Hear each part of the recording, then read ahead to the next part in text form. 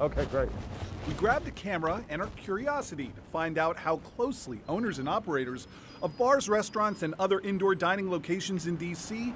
are following new laws requiring proof of vaccination. Say that again? You have your vaccination and ID. My vaccination and ID card? You want to see them? Sure. Our test conducted just days after the regulations went into effect. We visited 20 businesses in all 4 quadrants of the city. Half of them did not check my vaccination status in any form before allowing me to enter, order, and eat inside. Thanks. Is that what you need to see? Yes, perfect. That's it? Okay, cool.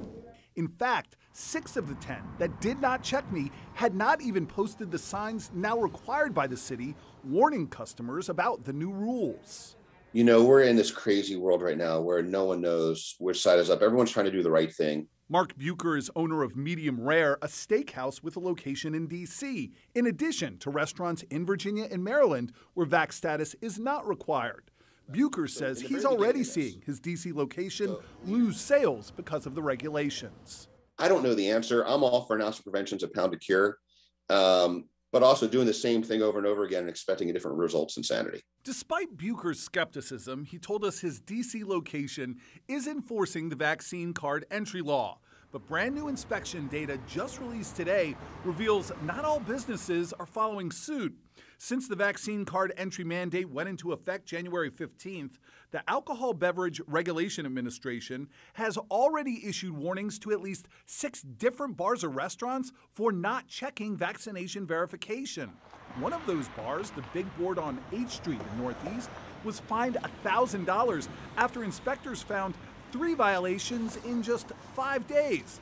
When inspectors came back a 4th time and the bar still wasn't enforcing the vaccine card entry law, inspectors referred the case to the full ABC board for even more serious action.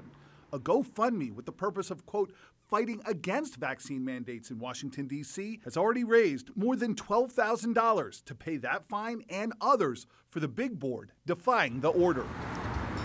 Health experts we spoke with said they support vaccine entry requirements, but did acknowledge the public health goals of D.C.'s new system, helping to lower transmission rates and encouraging the unvaccinated to get their shots, is undercut by Virginia and Maryland failing to implement similar guidelines to this point. So that's a challenge. We have an incredibly decentralized public health system in the United States.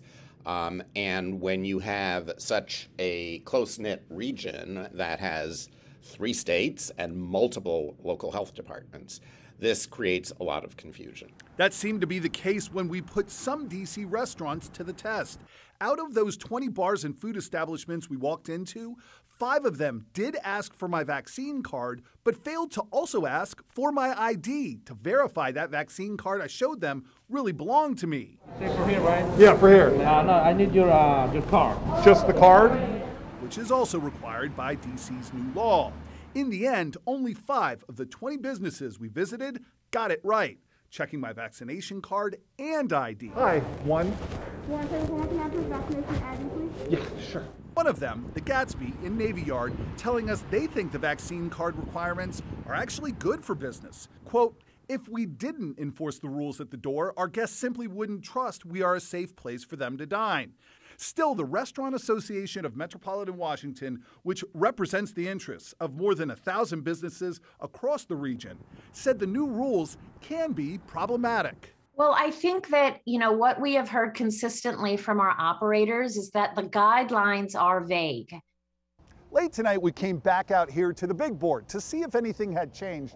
What we found was a packed bar, and when I walked inside, no one checked my vaccination card status. I went to the guy running the place to ask why. He wouldn't comment. I also asked if they would continue to not enforce the city's new vaccination card entry requirement. He wouldn't answer that question either. We did refer to the business's Twitter page where they say only everyone is welcome.